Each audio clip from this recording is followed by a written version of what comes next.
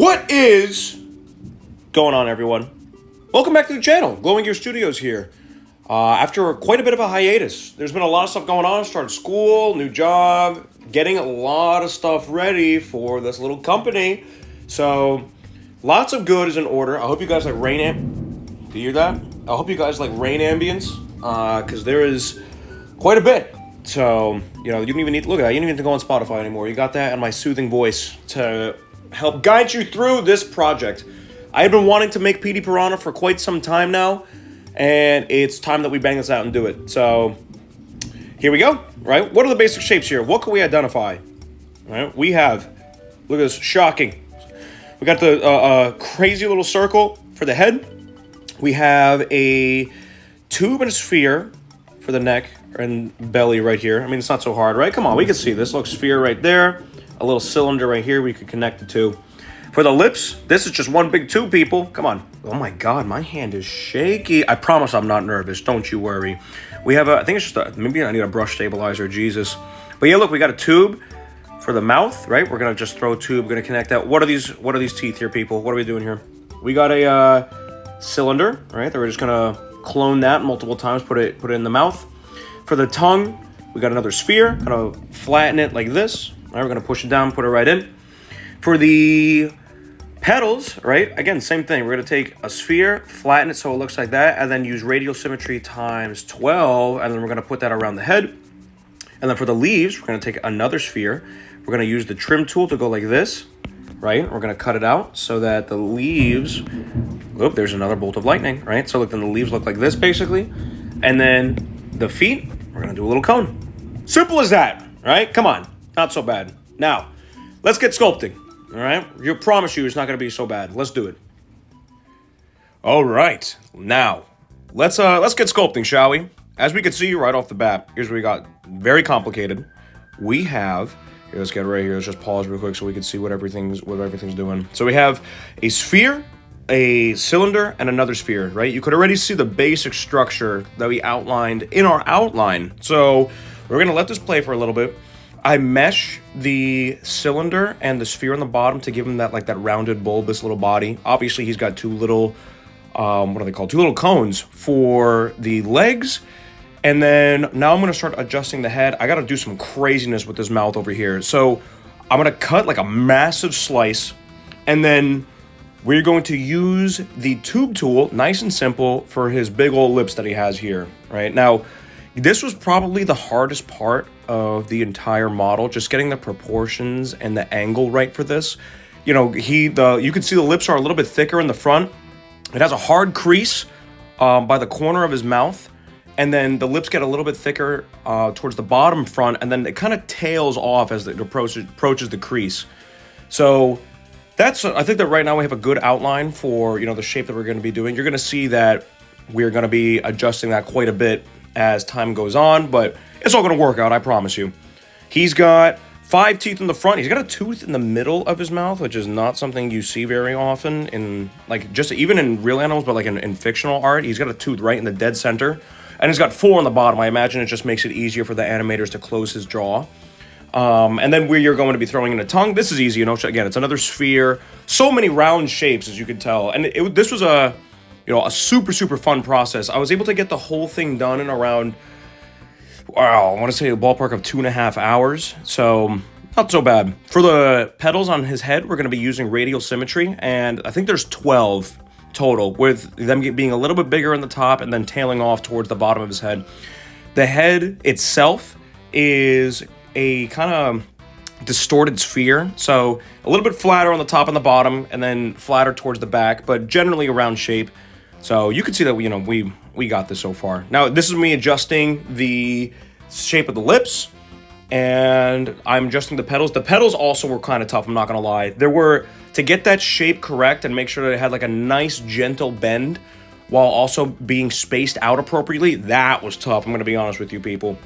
But we're getting it, you know. It's it's kind of, it has like it blocks off a little bit towards the tips of each petal. It's not fully circular, but you know, we're getting it. So narrow the neck a little bit, made the belly a little bit more bulbous. I don't know if you guys have ever played Sunshine. This guy, you know, he's got quite a little belly. Then I do the leaves, right, which are his, the surrogate for his arms. So I cut off. I use the trim tool to cut off the edges to make it look like the leaves are actually, to give it a sort of accurate appearance. I put the little veins, just to add a little bit more depth. This model has a little bit more texture than like the average Mario model. Humble brag, right? But it's not so bad. Then I take, this one was really cool. This is a cool little technique. So what you see here, at first I was gonna mask off the underwear and then expand it so that it kind of sits right on top of the body, but that didn't look good. So what I did is that I duplicated the torso, and then see this little change, right? So it's a little bit bigger here. And then I trimmed the entire neck and belly section off, leaving just this kind of half sphere. And that's what gave the underwear right there. So not so bad, right? It's like the idea is there. And here I'm making adjustments, making the body a little bit more proportionate and accurate to how he looks, how the model looks in this render. This is the render that I focused on the most, and this is the image that I tried to capture the most. So this is so far I'm really happy with this. I'm liking the flow. I voxel merged the jaw, the lips to kind of solidify its appearance and make it a little bit more smoother.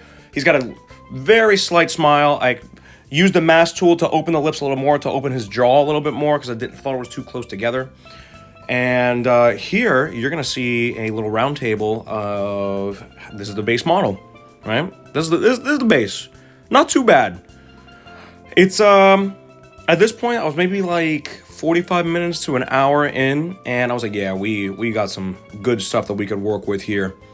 So next we are gonna start posing him up right here. So I just took the main torso, masked off the belly, adjusted the neck, kind of tilted the neck to the side a little bit, and now you're gonna see me pivot the entire body. I'm gonna pivot the head. I'm gonna adjust the arms. Right there we go. Pivoted the whole body so that he's sitting on one foot. Obviously, this is nowhere near as dynamic as I want it to be. You'll see how this all changes with the head, right? Look at that. Just little differences, people. This is what's important. The little adjustments that you make when people say the little things count, man, that couldn't be more true. It's these little adjustments that give your work, whether you're drawing, sculpting, doing whatever, so much more spice. I turn off symmetry here for the legs, and then I curve the cone, right? Again, just to add a little bit more spice. So I do it there, and then I do it here on this other leg, right? To show that there's a little bit more weight and movement. I adjust the entire body so it sits a little bit higher up. And then I try to give a little bit of asymmetry to the leaves. So here we go. This is what that's what the turntable looks like for like the base mesh. I don't know why. So that's what the turntable looks like for the base mesh. And we're gonna be doing a little bit more adjustments here. And there we go. That's what we're looking for right here. That is the turntable for PETEY Piranha, which I was very happy about. This is like, now we're gonna from here, this is where we do a little bit more building, give the model a little bit more depth, and there we go, right? So now his lips have texture. You could see that the entire torso has texture. Everything's got a little bit more texture now. It kind of looks like a scale-like finish.